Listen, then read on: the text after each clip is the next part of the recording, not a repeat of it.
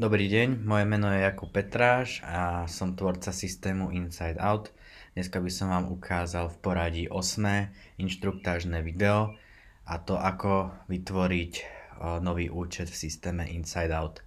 Toto video je venované pre šéf-trénerov a manažérov klubu, čiže ak ste tréneri alebo hráči alebo rodičia, môžete toto video preskočiť. Tak rovno začneme. Začneme prihlásením sa do systému.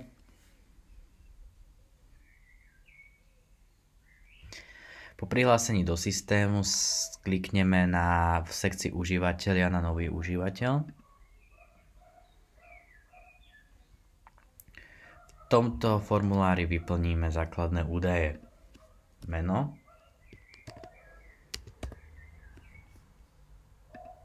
priezvisko, dátum narodenia,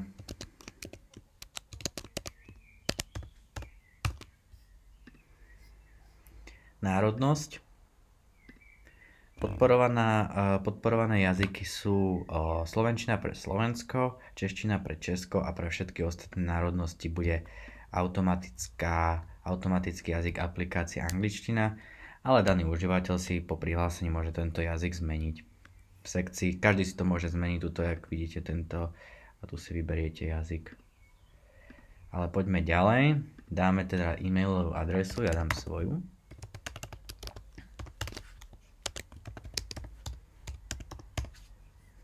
Prihlasovacie meno.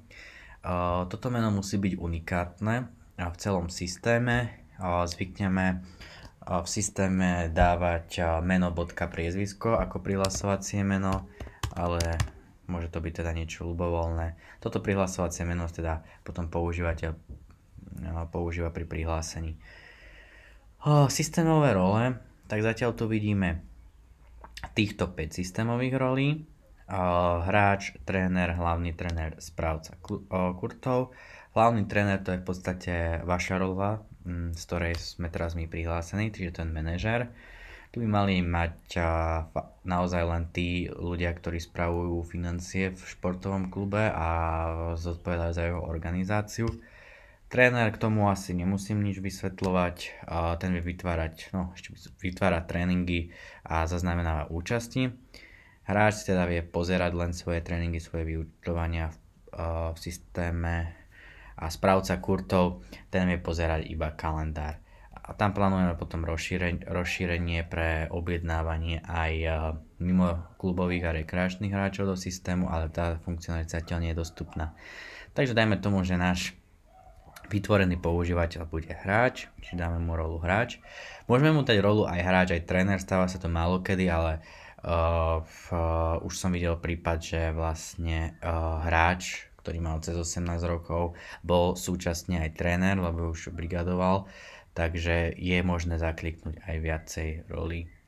Dáme teda hráč a používateľ, to sa zaklikáva skoro vždycky a ešte asi nenastala situácia, keby by sa používateľ nedal.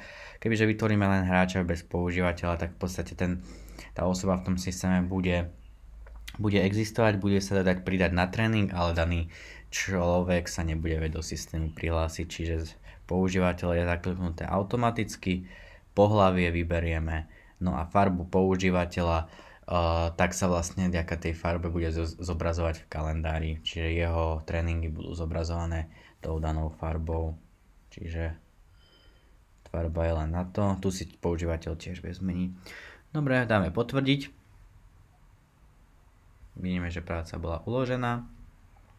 Keď si pozrieme prehľad používateľov,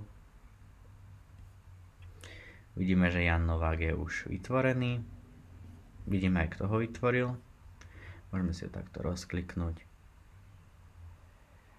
A vlastne tu sú všetky doplnené údaje. Plus vieme, keď na niečo zabudneme alebo sa zmení nejaký údaj, tak vieme túto upraviť. Tu vieme vlastne upraviť všetky veci, ktoré sme vyplňali pri vytvorení používateľa. Po vytvorení účtu by nám mal prísť mail. Áno, už aj prišiel. A mail vlastne v takomto formáte. a informuje daného používateľa o tom, že mu bol vytvorený systém, o jeho prihlasovacom mene a o jeho prihlasovacom hesle, čiže vy sa už potom nemusíte starať o tom, že by ste danú osobu nejakým spôsobom informovali. Systém to robí za vás. Takže ďakujem pekne za pozornosť a teším sa na ďalšie stretnutie.